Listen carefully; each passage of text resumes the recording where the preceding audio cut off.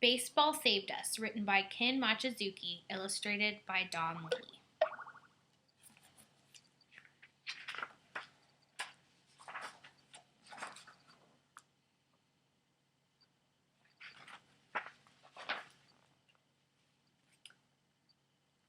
Author's note. In 1942, while the United States was at war with Japan, the U.S. Army moved all people of Japanese descent away from the West Coast. They were sent to internment camps in the middle of the American deserts up until 1945. The reason, the U.S. government said, was because it could not tell who might be loyal to Japan. None of these immigrants from Japan, or their children who were American citizens, were ever proven to be dangerous to America during World War II. In 1988, the U.S. government admitted that what it did was wrong.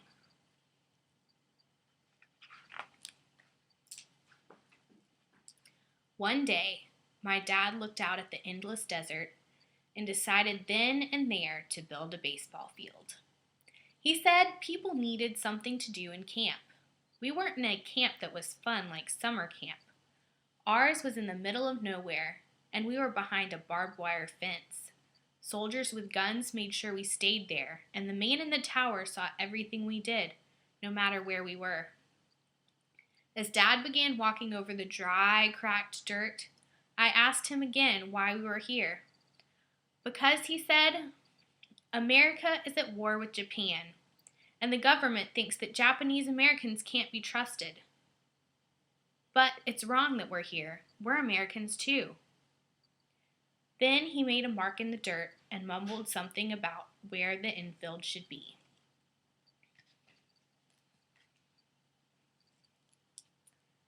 Back in school before camp, I was shorter and smaller than the rest of the kids. I was always the last to be picked for any team when we played games. Then, a few months ago, it got even worse. The kids started to call me names and nobody talked to me, even though I didn't do anything bad. At the same time, the radio kept talking about some place far away called Pearl Harbor. One day, Mom and Dad came to get me out of school. Mom cried a lot because we had to move out of our house really fast, throwing away a lot of our stuff. A bus took us to a place where we had to live in horse stalls. We stayed there for a while until we came here.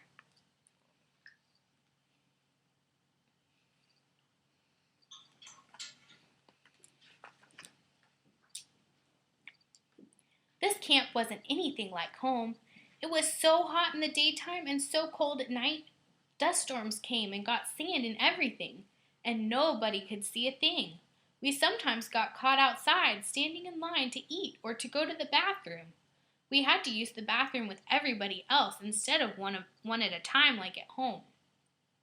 We had to eat with everyone else too, but my big brother Teddy ate with his own friends. We lived with a lot of people in what were called barracks. The place was small and had no walls. Babies cried at night and kept us up.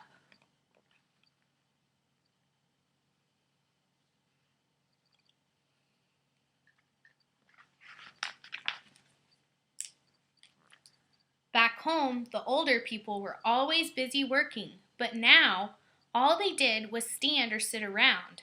Once Dad asked Teddy to get him a cup of water.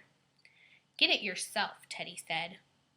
"What did you say?" Dad snapped back. The older man stood up and pointed at Teddy.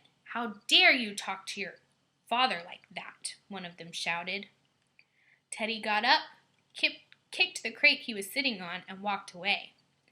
I had never heard Teddy talk to Dad like that before.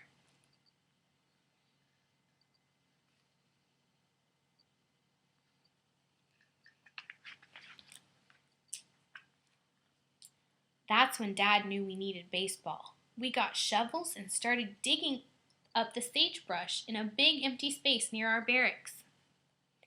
The man in the tower watched us the whole time. Pretty soon, other grown-ups and their kids started to help too. We didn't have anything we needed for baseball, but the grown-ups were pretty smart. They funneled water from irrigation ditches to flood what would become our baseball field. The water packed down the dust and made it hard. There weren't any trees, but they found wood to build the bleachers. Bats, balls, and gloves arrived in cloth sacks from friends back home. My mom and other moms took covers off mattresses and used them to make uniforms. They looked almost like the real thing.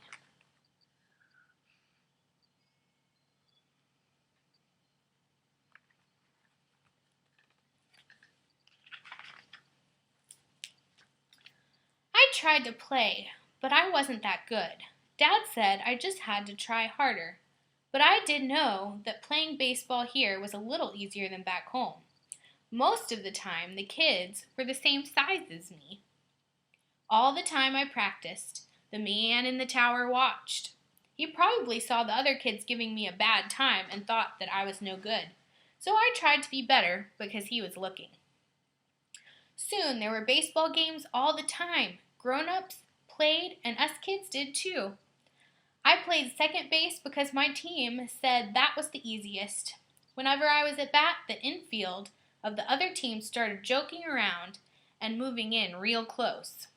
The catcher behind me and the crowd for the other team would say, "Easy out!" I usually grounded out. Sometimes I got a single.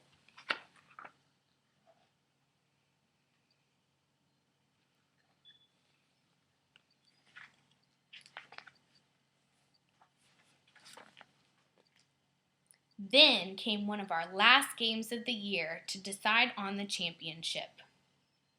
It was the bottom of the ninth inning and the other team was winning 3-2. One of our guys was on the second and there were 2 outs. 2 pitches and I swung both times and I missed. I could tell that our guy on second was begging me to at least get a base hit so somebody better could come up to bat.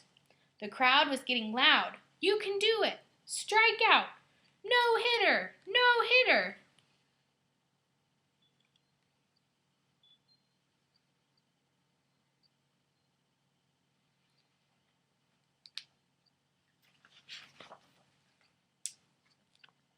I glanced at the guardhouse behind the left field foul line and saw the man in the tower leaning on the rail with the blinding sun glinting off of his sunglasses. He was always watching, always staring. It suddenly made me mad. I gripped the bat harder and took a couple of practice swings. I was going to hit the ball past the guardhouse if it killed me. Everyone got quiet and the pitcher threw.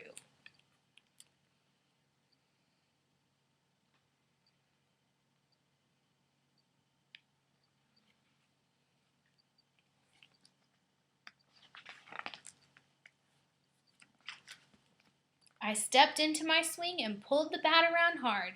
I'd never heard a crack like that before. The ball went even farther than I expected.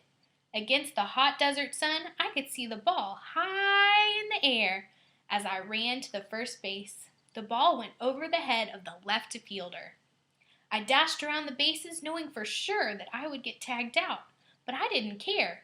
Running as fast as I could to home plate, I didn't even realize that I had crossed it. Before I knew it, I was up in the air on the shoulders of my teammates. I looked up at the tower, and the man with a grin on his face gave me the thumbs up sign.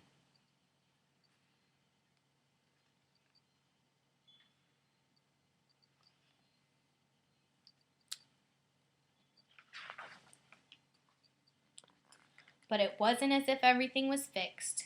Things were bad again when we got home from camp after the war. Nobody talked to us on the street, and nobody talked to me at school either. Most of my friends from camp didn't come back here. I had to eat lunch by myself.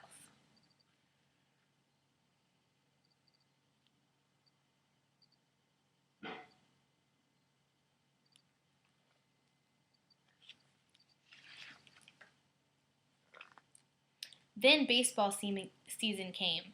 I was the smallest guy again, but playing baseball in camp had made me a lot better. The other guys saw that I was a pretty good player.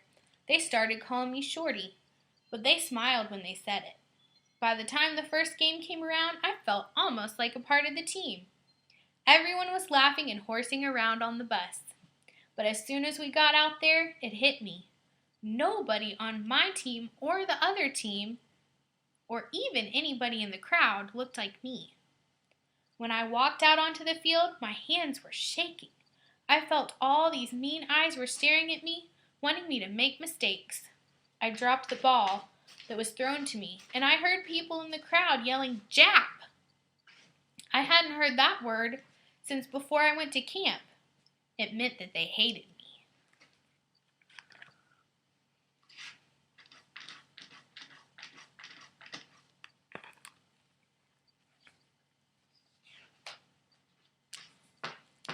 My team came up to bat, and I was up next. I looked down.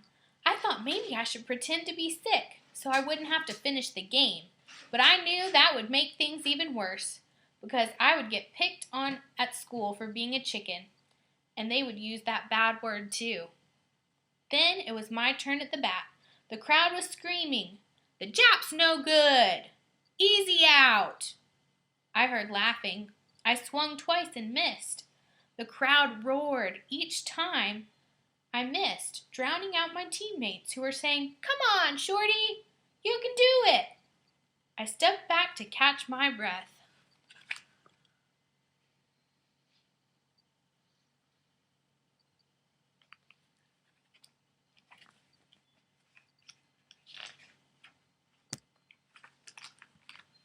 When I stepped back up to the plate, I looked at the pitcher. The sun glinted off his glasses as he stood on the mound like the guard in the tower. We stared at each other. Then I blocked out the noise around me and got set. The pitcher wound up and threw.